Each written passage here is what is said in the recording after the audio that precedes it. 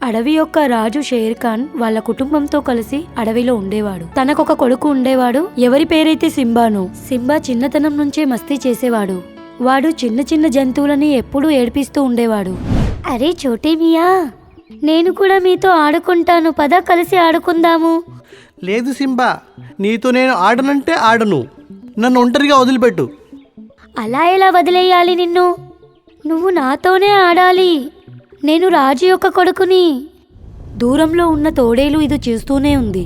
దానికి సింబాపై చాలా కోపం వస్తుంది. కాని సింబా రాజు యొక్క కొడుకు, దాని వల్లనే అది సింహాన్ని ఏమి చేయలేకపోతుంది. కాని మనసులోనే రివెంజ్ తీసుకుందామని ఆలోచిస్తుంది. ఏ రోజు నువ్వు నీ బాబు నాకు దొరుకుతాడో ఆ రోజు నా రూపాన్ని చూపిస్తాను మీకు.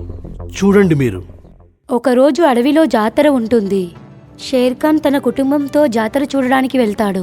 జాతరలో రకరకాల దుకాన్లు ఇంకా ఉయ్యాలలు ఉంటాయి.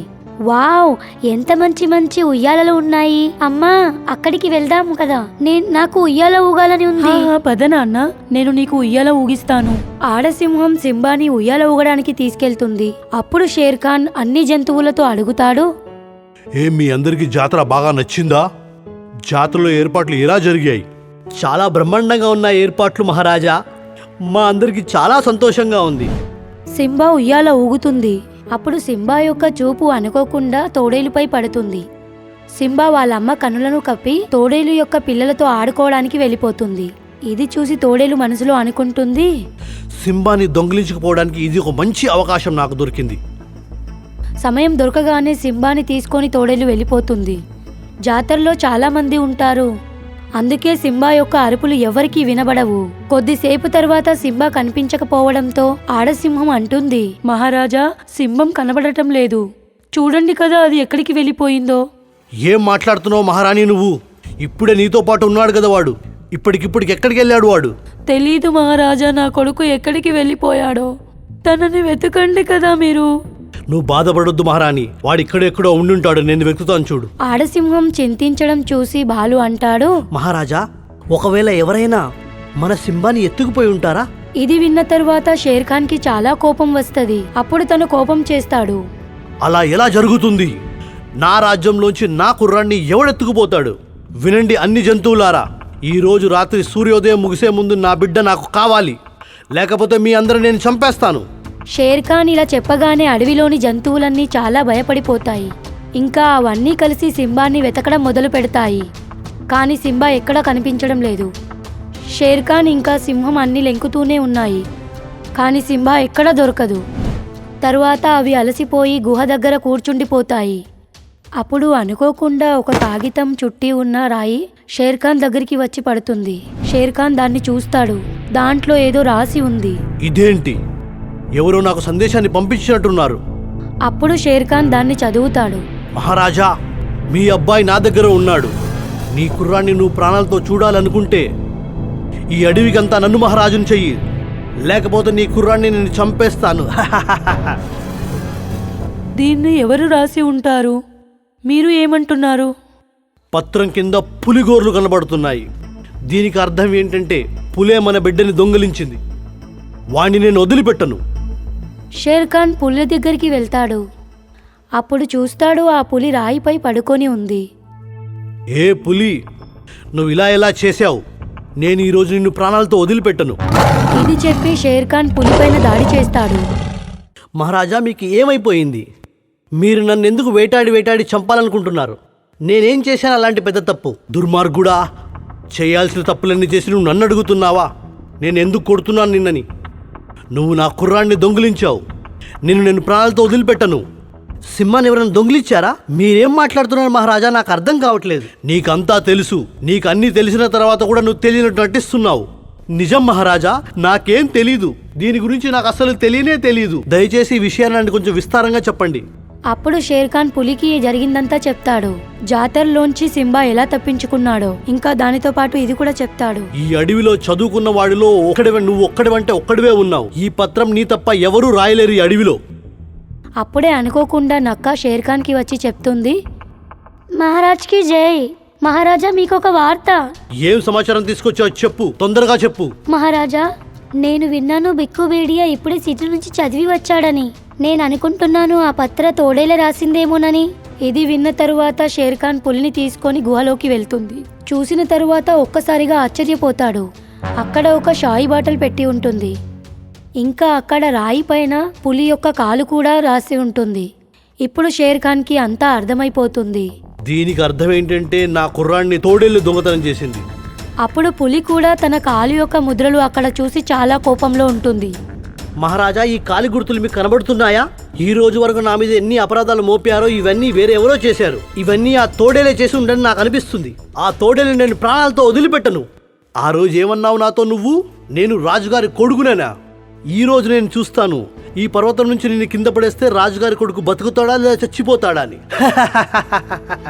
అరే తోడేలు, మీరందరూ అనుకుంటున్నారు నన్ను చంపిన తర్వాత మీరందరూ ఉండగలరా? అయితే మీది బోలతనం. మా నాన్న మిమ్మల్ని వదిలిపెట్టరు. ఒక్కొక్కరిని వెతికి వెతికి చంపుతారు.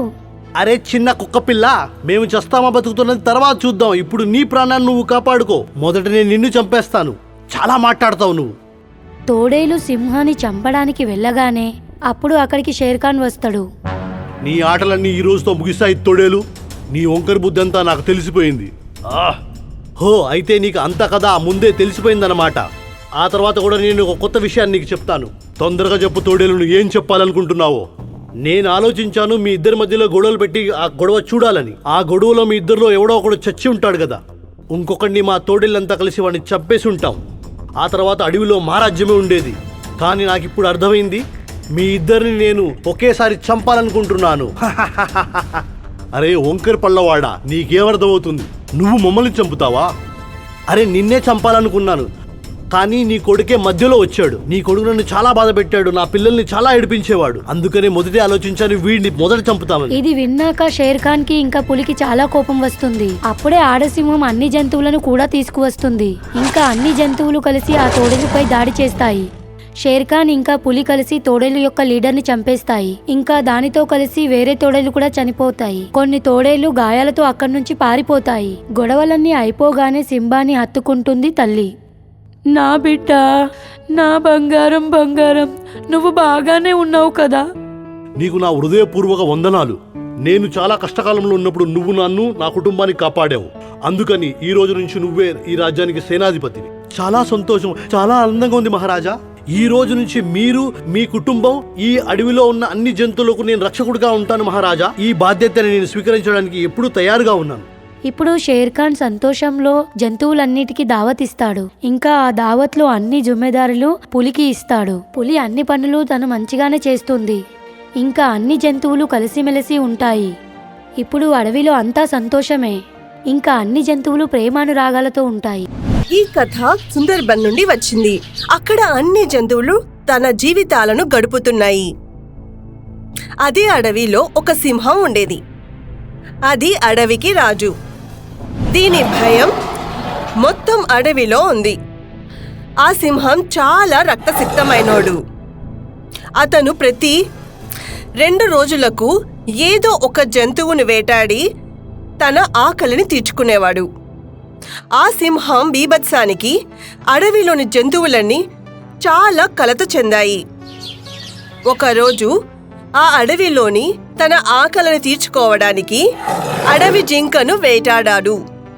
ఇది చూసిన అడవిలోని జంతువులు తీవ్ర భయాందోళనకు గురయ్యారు. సింహంపై అందరి మదిలో చాలా భయం ఉండేది. సింహానికి భయపడి ఏ జంతువు కూడా అడవిలో స్వేచ్ఛగా తిరగలేకపోయింది. ఒకరోజు అడవిలోని కొందరు అడవిలో ఒక చోట కూర్చొని మాట్లాడుకుంటున్నారు. మిత్రులారా, ఈ సింహం మనల్ని బ్రతకనివ్వట్లేదు. రోజు విడిచి రోజు అడవికి వస్తుంది. ఇంకా ఒక జంతువునైనా షికారు చేసి వెళ్ళిపోతుంది. ఇదే విధంగా జరుగుతున్నట్లయితే ఒకరోజు ఈ సింహం ఈ అడవిలోంచి మన మచ్చ లేకుండా చేసేస్తుంది. సరిగ్గా చెప్పింది కుందేలు. ఆ సింహం చాలా భయంకరమైనది. అది ఒక్కసారి ఎవరిపైన దృష్టి పెడితే దాన్ని చంపకుండా అసలు శాంతించదు. ఆ సింహం నా చెల్లిని తినేశాడు. ఇప్పుడు నేను ఈ అడవిలో ఒక్క క్షణం కూడా ఉండను. నేను ఈ అడవిని విడిచి ఎప్పటికే వెళ్ళిపోతున్నాను. నేను కూడా ఈ అడవిని వదిలి వెళ్ళిపోతాను. అంటారుగా, ప్రాణం ఉంటేనే ప్రపంచమంతా చూడగలము. ఇక్కడుండి మన ప్రాణం మీదకి తెచ్చుకోవడం కంటే నేను ఇంకెక్కడికైనా వెళ్ళిపోయి ఆనందంగా జీవించవచ్చు. మేమంతా కూడా ఈ అడవిని వదిలేసి ఆ సింహం నుంచి దూరం వెళ్ళిపోతాము. మాకు మా ప్రాణం అంటే ఇష్టం. అరే, అందరూ ఈ అడవిని విడిచి వెళ్ళడానికి నిర్ణయించుకుంటే మేము ఈ పక్షులము ఇక్కడే ఉండి ఏం చేస్తాము? మీరంతా వెళ్ళిపోయిన తర్వాత ఈ అడవిలో కాంతి లేకుంటే ఇక్కడే ఉండి చేసేదేముంది? మేము కూడా మీతో వస్తాము. ఇంకెక్కడైనా మన జీవితాలను గడుపుదాము. దాదాపు అందరూ సింహం భయం వల్ల ఆ అడవిని విడిచి వెళ్ళడానికి నిర్ణయించుకుంటారు. అప్పుడు అక్కడికి ఒక ఎలుక వస్తాడు. అది కూడా ఆ అడవిలోనే జీవిస్తున్నాడు.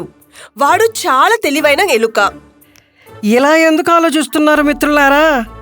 ఈ అడవి మనది.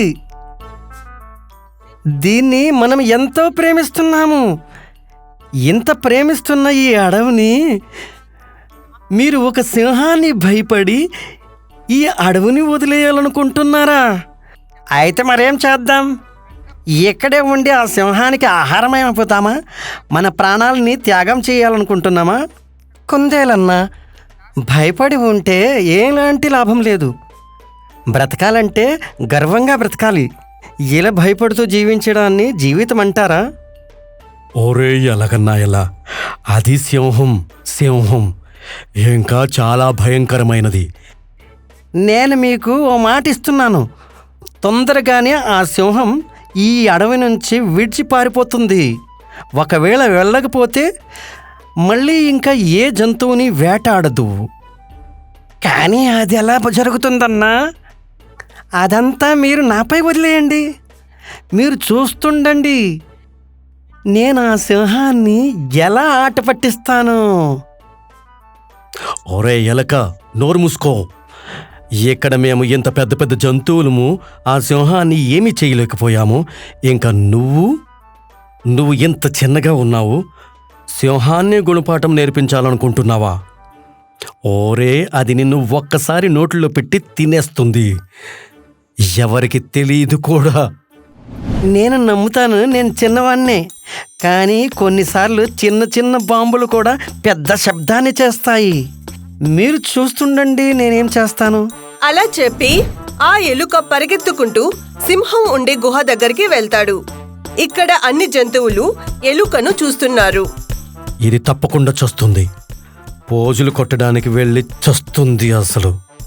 అరే, దీనికి తెలీదు ఇది ఎవరి గుహలోనికి వెళ్తుందో. అరే, అది అడవిరాజు సింహం. దాని ఎదురుగా నిల్చోలంటే ఎంతో ధైర్యం ఉండాలి. అవును, ఈ చిన్న ఎలుక ఏం చేయగలదు ఈ సింహాన్ని? ఇక్కడ జంతువులన్నీ కలతతో నిలబడున్నారు. అప్పుడే ఎలుక నెమ్మదిగా సింహం గుహలోకి వెళ్తాడు. గుహ లోపల సింహం గాఢ నిద్రలో ఉన్నాడు. ఇది చూసి ఎలుక భయపడిపోతాడు. ఎవరు నాయనో, వాళ్ళందరూ ముందు పెద్ద పోజులు కొట్టి ఇక్కడికి వచ్చాను. కానీ ఈ భయంకరమైన సింహాన్ని ఎలా ఎదురు చేయగలను? అవును, దీని పళ్ళు ఎంత భయంకరంగా ఉన్నాయి. దీని పళ్ళు ఒక్కసారితో నన్ను 2 ముక్కలు చేసిస్తాయి. అప్పుడే ఎలుక కాళ్ళు సింహం తోక మీద పడుతుంది. ఇంకా సింహం మేల్కుంటాడు. ఎవడుబే, నువ్వింకా ఇక్కడికెందుకు వచ్చావు? అన్నా, నేను ఎలుకని. ఒబే అన్న తమ్ముడా, తొందరగా చెప్పు, ఇక్కడికెందుకు వచ్చావు నువ్వు? లేకపోతే నిన్ను చంపడం నాకు చాలా ఆనందమవుతుంది. వద్దు అన్నా, నన్ను చంపొద్దు. అదేంటంటే నేను మీకు సహాయం చేయడానికి వచ్చాను. నువ్వు ఎంత చిన్న ఎలక, నాకు సహాయం చేయడానికి వచ్చావా? ఆరే, నేను సింహాన్ని, ఈ అడవికి రాజుని. నన్ను చూసి అడవంతా జరుస్తుంది. ఇంకా నువ్వు నాకు సహాయం చేయడానికి వచ్చావా?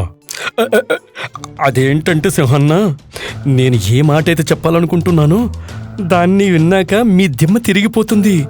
ఇంకా మీ గుండె కిందకి జారిపోతుంది. అవునా?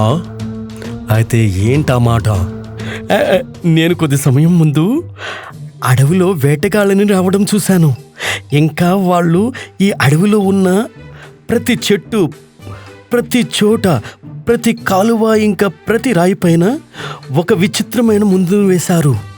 దాన్ని తినగానే ఈ అడవి పక్షులు ఇంకా జంతువులు స్పృహ తప్పిపోతాయి. ఇంకా దాని తర్వాత ఆ వేటగాళ్ళు వాళ్ళందరినీ వాళ్ళతో పాటు ఒక బోన్లో పెట్టి తీసుకువెళ్ళిపోతారు. నువ్వు నిజం చెప్తున్నావు కదా ఎలక? అవును, ఇవన్నీ నేను నా చెవులారా విన్నాను, ఇంకా కళ్ళతో చూశాను కూడా అన్నా. అందుకే ఈ వార్త చెప్పడానికి నేను మీ దగ్గరికి వచ్చాను. ఎందుకంటే మీరే మా అడవికి నిజమైన హీరో. ఒకవేళ మీరే తొందరలో ఏ పక్షి కానీ జంతువుకి కానీ తినేశారో వాళ్ళొంట్లో ఉన్న మందు మొత్తం మీ ఒంటిలో కూడా వచ్చేస్తుంది. ఇంకా మీరు కూడా స్పృహ తప్పిపోతారు. అప్పుడు ఆ వేటగాళ్ళు మీకు కూడా బోన్లో పెట్టి తీసుకెళ్ళిపోతారు. ఏంటి? లేదు, నేను బోనులో బందీ కాను. ఓరి నాయనో, ఎంత భయంకరమైన సమస్య ఈ అడవిలో. సింహమన్నా, నేను ఏమీ తినకుండానే ఉదయం నుంచి తిరుగుతున్నాను. తిండేంటి, నీళ్లు కూడా తాగనే లేదు. ఒకవేళ ఆ మందు నా శరీరం లోపలికి వెళ్ళిపోతే, నేను గాని స్పృహ తప్పి పడిపోతే ఆ వేటగాళ్ళని నేను చిక్కుకుంటానుగా. అందుకే నేను అందరికీ ఈ మాట చెప్పాను. ఇంకా అందరూ ఈ అడవిని విడిచి వెళ్ళిపోతున్నారు. అందుకే నేను వెళ్ళిపోతున్నాను. మీరు కూడా ఇక్కడి నుంచి వెళ్ళిపోండి సింహమన్నా. లేకపోతే ఏమీ చేయకుండానే మీరు కూడా ఆ బోన్లో బందీ అయి ఉండిపోతారు. నేనైతే వెళ్ళిపోతున్నాను. అలా చెప్పి ఆ తెలివైన ఎలుక గుహ నుండి బయటికి వచ్చి గుహ బయట దాక్కుంటాడు. ఇంకా సింహం మాటలను వింటాడు. ఓరి నాయనో, ఈ ఎలుక నన్ను బాగా భయపెట్టేసి వెళ్ళిపోయిందే. లేదు లేదు, నేను ఈ అడవిలో ఉండను. ఇప్పుడు నేను ఈ అడవిని వదిలి ఎక్కడికో దూరం వెళ్ళిపోతాను. నిజంగానే ప్రాణం ఉంటే ప్రపంచంలో ఎక్కడైనా ఉండగలము. నేను ఇప్పుడే అడవి నుంచి వెళ్ళిపోతాను. అలా చెప్పి సింహం ఆ గుహ నుండి బయటికి వచ్చి అడవిని విడిచి ఎప్పటికీ వెళ్ళిపోతాడు. ఎప్పుడైతే పక్షులు ఇంకా మిగతా జంతువులు సింహాన్ని ఎప్పటికీ అడవిని విడిచి వెళ్ళడం చూస్తారో అప్పుడు అందరూ చాలా ఆనందిస్తారు. భలే భలే ఎలకన్నా, నువ్వు చాలా చాలాకివి. నువ్వు అన్నట్లే ఆ సింహాన్ని ఈ అడవి నుంచి బయటికి పంపేశావు. నేను చెప్పానుగా, ఈ చాలాకి ఎలుక ముందర ఆ సింహం అసలు ఉండనే లేదు. చూసారా ఎలా నేను నా తెలివితేటలతో ఆ సింహాన్ని మూర్ఖుడిని చేశాను. ఎలుక యొక్క ఈ తెలివైన పని వల్ల ఆ అడవిలోని అన్ని ఆనందాలు మళ్ళీ తిరిగి వస్తాయి. అప్పటి నుండి అడవిలోని అన్ని జంతువులు ముందులాగే మళ్ళీ స్వేచ్ఛగా తిరగడం మరియు జీవనాన్ని కొనసాగిస్తాయి. మృగరాజు నీటి కొలను. సోన్గఢ్లో ఉంటున్న జంతువులన్నిట్లో ఎక్కువ వరకు సోనుకి ఫ్రెండ్సే. కాని గుంటనక్కకి వీళ్ల స్నేహాన్ని చూస్తే చాలా అసూయ. ఇక ఆ అసూయ కారణంతోనే అది ఎప్పుడూ కూడా జంతువులకి వ్యతిరేకంగా మృగరాజుకి ఎప్పుడు కూడా వాటి మీద చాడీలు చెప్తూనే ఉండేది. మృగరాజా, ఈ సంవత్సరం చాలా పెద్ద కష్టం వచ్చి పడింది. నీళ్లు అసలు చాలా కష్టంగా దొరుకుతున్నాయి. ఇక అడవి మొత్తంలో మీ దగ్గర మాత్రమే నీళ్లతో నిండి ఉన్న ఒక పెద్ద కొలను ఉంది. ఇక ఇదే సరైన సమయం మీ రాజసాన్ని అందరికీ చూపించుకోవడానికి. కాబట్టి ఎవరిని కూడా ఆ కుంట నుంచి నీళ్లను అసలు తాగనివ్వకండి. నువ్వు సరిగ్గా చెప్పావు నక్క. ధన్యవాదాలు ధన్యవాదాలు, కానీ నన్ను మాత్రం తాగనివ్వండి. సోను, నాకు చాలా దాహంగా ఉంది. నాకు కూడా. మీరేమీ బాధపడకండి, నేను ఏదో ఒకటి చేస్తాను. చూడు మృగరాజా, అడవిలో ఉన్నటువంటి నీటి కుంటలన్నీ కూడా ఎండిపోయాయి. ఇక్కడున్న జంతువులన్నీ నీటి కోసం అలమటిస్తున్నాయి. అందుకే నేను మీకు విజ్ఞప్తి చేసుకుంటున్నాను. మీరు జంతువులన్నింటికీ కూడా మీ నీటి కుంటలో నీటిని తాగటానికి అనుమతినివ్వండి. లేదు, ఆ నీటి కుంటలో ఒక్క చుక్క కూడా వాటికి లభించదు. మీరు ఈ అడవంతటికి కూడా రాజు కదా మృగరాజా. మీ ప్రజలందరూ నీటి కోసం అలమటిస్తున్నారు. చిన్న చిన్న పిల్లలందరూ కూడా దాహంతో చనిపోతారు. ఏదో ఒకటి చెయ్యండి రాజా. వేరే వాళ్ళ పిల్లల కోసం నా పిల్లల ప్రాణాల్ని ప్రమాదంలోకి పడేయలేను నేను. వెళ్ళిక్కడి నుంచి.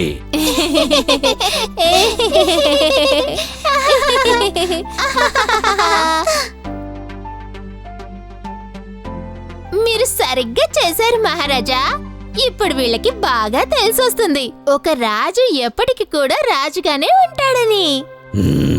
కానీ నా మీద కొంచెం దయ చూపించండి. మీరు వదిలిపెట్టిన ఎంగిల్ని తింటాను, ఇక ఇక్కడే కొంచెం నీళ్లు కూడా తాగేస్తాను. ఏమైంది సోను? మృగరాజు కొలంలోంచి మనకు తాగడానికి నీరు లభించాయా? లేదు. మృగరాజు కొలం నుంచి నీళ్లు దొరకవన్న విషయం విని అన్ని జంతువులు కూడా విచారంగా చాలా చింతిస్తూ ఉన్నాయి.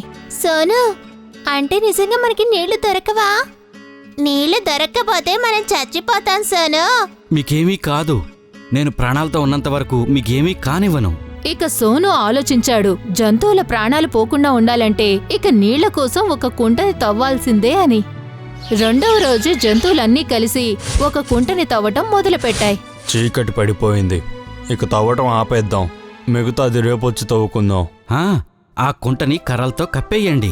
అలాగే ఆ కుంటకి 4 వైపులా రాళ్లను పెట్టండి. అప్పుడు ఆ కుంటలో ఏ జంతువు కూడా పడిపోకుండా ఉంటుంది. అన్ని జంతువులు కలిసి కర్రలతో ఆ కుంటని మూసేస్తాయి.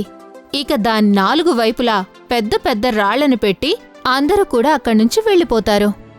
ఇక మరోవైపు మృగరాజు ఇంకా మహారాణి నీటి కుంట దగ్గర విశ్రాంతి తీసుకుంటూ ఉన్నారు. ఇక గుంట నక్కేమో మృగరాజుకి కాళ్ళు నొక్కుతూ ఉంది.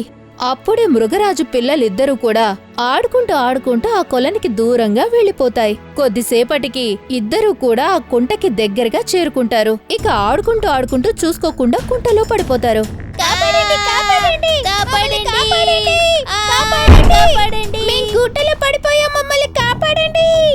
ఇది నా పిల్లలి అరుపులాగా ఉంది. త్వరగా పదండి.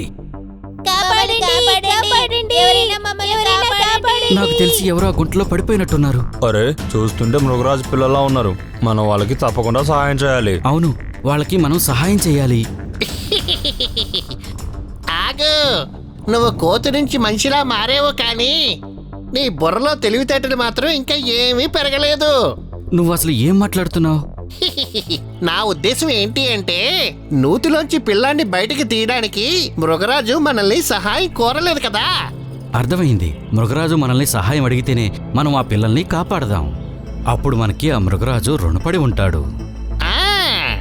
ఎందుకంటే ఆ మృగరాజు ఉన్నాడు కదా, ఆ నూతిలోంచి నీళ్ళని ఎవరిని తాగనివ్వడం లేదు. అవి మనం తాగేలాగా మనం చేసుకోవాలి.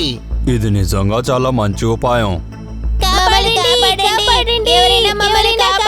నేను వస్తున్నాను పిల్లలు. మీ అరుపులు నాకు వినపడ్డాయి. మృగరాజు వస్తున్నట్టున్నాడు. పదండి, అందరం దాక్కుందాం. అన్ని జంతువులు దాక్కుంటాయి. మృగరాజు కుంట దగ్గరకు వచ్చి ఈ విధంగా అరుస్తూ ఉన్నాడు. నేను వచ్చేసాను పిల్లలు. మీరు ఎక్కడున్నారు?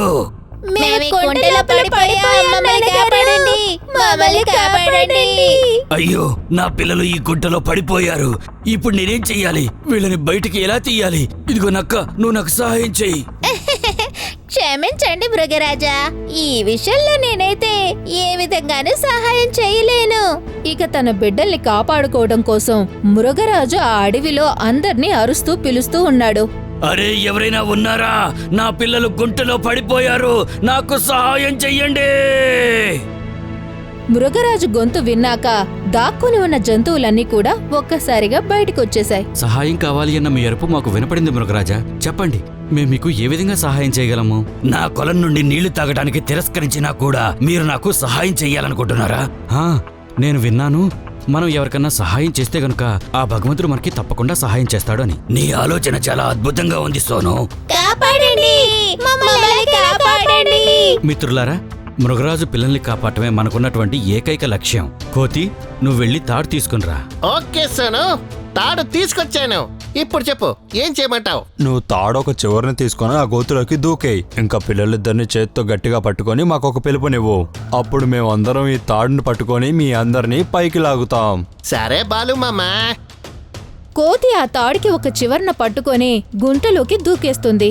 ఇక ఆ ఇద్దరు పిల్లల్ని ఎత్తుకొని సోనుకి వినపడేలా అరుస్తూ ఉంది. సోను, సోను, నేను పిల్లల్ని చేత్తో పట్టుకున్నాను. నన్ను బయటికి లాగండి ముందు. అలాగే ఇక జంతువులన్నీ కూడా కలిసి ఆ తాడులాగి కోతిని ఇంకా మృగరాజు పిల్లలైన ఇద్దరిని కూడా కుంట నుంచి బయటికి తీశాయి. నాన్నగారు ఇక తన పిల్లలిద్దరినీ కూడా ప్రాణాలతో చూసి మృగరాజు కళ్ళల్లో ఆనంద బాష్పాలు వచ్చేసాయి. నాన్నగారు మమ్మల్ని కాపాడారు. మీకు చాలా ధన్యవాదాలు. ధన్యవాదాలు నాకు కాదు, తనకి చెప్పండి. తన వల్లే మీరు ప్రాణాలతో బయటపడ్డారు. నాన్నగారు వీళ్ళు వాళ్లే కదా మీరు మన కొలంలో నుంచి నీళ్లు తాగడానికి అనుమతినివ్వలేదు. అవును బాబు, అలా మాట్లాడి నేను పెద్ద తప్పు చేశాను. అయినా కూడా వాళ్ళు మమ్మల్ని కాపాడారా? అవును బాబు, మంచి వాళ్ళు ఎప్పుడు కూడా మంచే చేస్తారు. వాళ్ళకి మనం ఎంత చెడు చేసినా సరే వాళ్ళు ఎప్పటికీ కూడా చెడు చెయ్యరు. నాన్న, ఇప్పుడు అడవిలో చాలా కష్టంగా గడుస్తుంది. అకాల ఎండల కారణంగా కొలాలన్నీ కూడా ఎండిపోయాయి. కాబట్టి మీరే వీళ్ళకి సహాయం చేయాలి. మన కొలాల్లో నీళ్లు తాగడానికి వాటికి అనుమతినివ్వండి. నువ్వు సరిగ్గా చెప్పావు బాబు. సోను, ఈ రోజు నుంచి ఈ అడవిలో జంతువులన్నీ కూడా నా కొలను నుండి నీళ్లు తాగొచ్చు. కేవలం ఒక్క ప్రాణి తప్ప. నేను ఈ గుంట నక్క గురించి మాట్లాడుతున్నాను. నా కొలను నుంచి ఈ గుంట నక్క ఎప్పటికీ నీళ్లు తాగకూడదు. నన్ను క్షమించండి మృగరాజా, నా వల్ల తప్పు జరిగిపోయింది. నువ్వు నా విషయంలోనే కాదు, ఈ అడవిలో జంతువులన్నింటినీ కూడా మోసం చేశావు. క్షమాపణ అడగాలనుకుంటే వాళ్ళని కూడా అడుగు. సోను, ఎలుగుబండన్నా, నన్ను క్షమించండి. నేను మీకు ద్రోహం చేశాను. ఇంక ఎప్పుడు కూడా నేను మీ విషయంలో ఇలాంటి మోసాన్ని చెయ్యను. ఇంకొకసారి నీ మీద నమ్మకం ఉంచడం మా పిచ్చితనం. నేను నిన్ను క్షమించను. మేము కూడా నిన్ను క్షమించాం. లేదు మిత్రులారా, తన తప్పేంటో తను బాగా తెలుసుకుంది కాబట్టి తనని క్షమించడం మంచిది. అలా చెయ్యటం వల్ల క్షమించబడిన వారి కన్నా క్షమించిన వారు చాలా గొప్పవారవుతారు. సరే సోను, నువ్వు అంతగా చెప్తున్నావు కాబట్టి మేము నిన్ను క్షమించేస్తున్నాం. ధన్యవాదాలు స్నేహితులారా. ధన్యవాదాలు సోను. ఇక అడవిలో ఉన్న జంతువులన్నీ కూడా మృగరాజు కొలం దగ్గరికి ఒక్కసారిగా నీళ్లు తాగడానికి వచ్చేశాయి. అది చూసి మృగరాజు కూడా చాలా సంతోషించాడు. మీకు గనక మా వీడియో నచ్చింది అంటే ప్లీజ్ మా ఛానల్ని సబ్స్క్రైబ్ చేయండి. అలాగే ఈ వీడియోని లైక్ చేయండి, అలాగే షేర్ కూడా చేయండి. ధన్యవాదములు.